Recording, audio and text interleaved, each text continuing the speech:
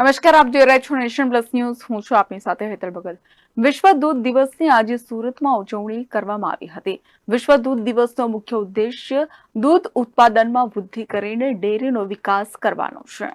સમગ્ર વિશ્વમાં આજે 1 જૂને વિશ્વ દૂધ દિવસની ઉજવણી કરાય છે, ત્યારે સુરતમાં પણ વિશ્વ દૂધ દિવસની ઉજવણી કરવામાં આવી હતી, જેનો મુખ્ય ઉદ્દેશ્ય દૂધ ઉત્પાદનમાં વૃદ્ધિ કરીને ડેરીનો વિકાસ કરવાનો છે તથા દૂધના પૌષ્ટિક મૂલ્યો લોકોને સમજાવી દૈનિક આહારમાં દૂધના વપરાશનો સમાવેશ કરવાનો છે. આજે સમગ્ર વિશ્વ 1 જૂન ને વિશ્વ દૂધ દિવસ તરીકે ઉજવતા હોય છે. આ દૂધ દિવસની ખેડૂતો અને પશુપાલકો વટે તમામ નાગરિકોને ખાસ શુભેચ્છા આપું છું. દૂધના ધંધા થકી સમગ્ર ભારત દેશમાં ખાસ કરીને પશુપાલકો એક આત્મનિર્ભર બન્યા છે. ભારત દેશ એ સમગ્ર વિશ્વમાં સૌથી વધારે દૂધ આપતો દેશ છે અને ખાસ કરીને તમે જો તો વિશ્વમાં જે દૂધનું ઉત્પાદન થાય છે દરરોજનું, એમાં 24% હિસ્સો આ ભારતનો છે.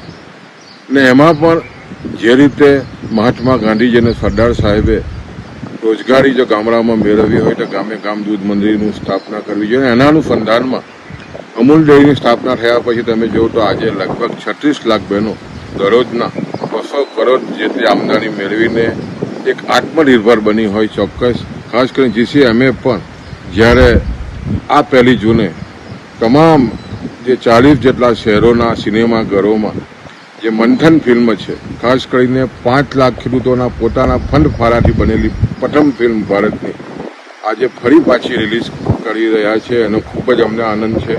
ને ખાસ કરીને આજના 1 જૂનના દિવસે ખાસ કરીને જે દૂધ ઉત્પાદન સાથે જોડાયેલા પશુપાલકો તમે જો તો આજે સમગ્ર ભારત દેશમાં જે ઘઉં ચોખાની જે કિંમત થાય છે 8 લાખ કરોડ રૂપિયા, એનાથી પણ સવિશેષ દૂધનું ઉત્પાદન જ્યારે થતું હોય ત્યારે આજના દૂધ દિવસ પ્રસંગે તમામને શુભેચ્છા પાઠવું છું. અત્રે ઉલ્લેખનીય છે કે વિશ્વમાં એક દિવસમાં 250 કરોડ લીટર દૂધ ઉત્પાદન થાય છે. વિશ્વમાં દૂધ ઉત્પાદનમાં ભારત પ્રથમ ક્રમે છે.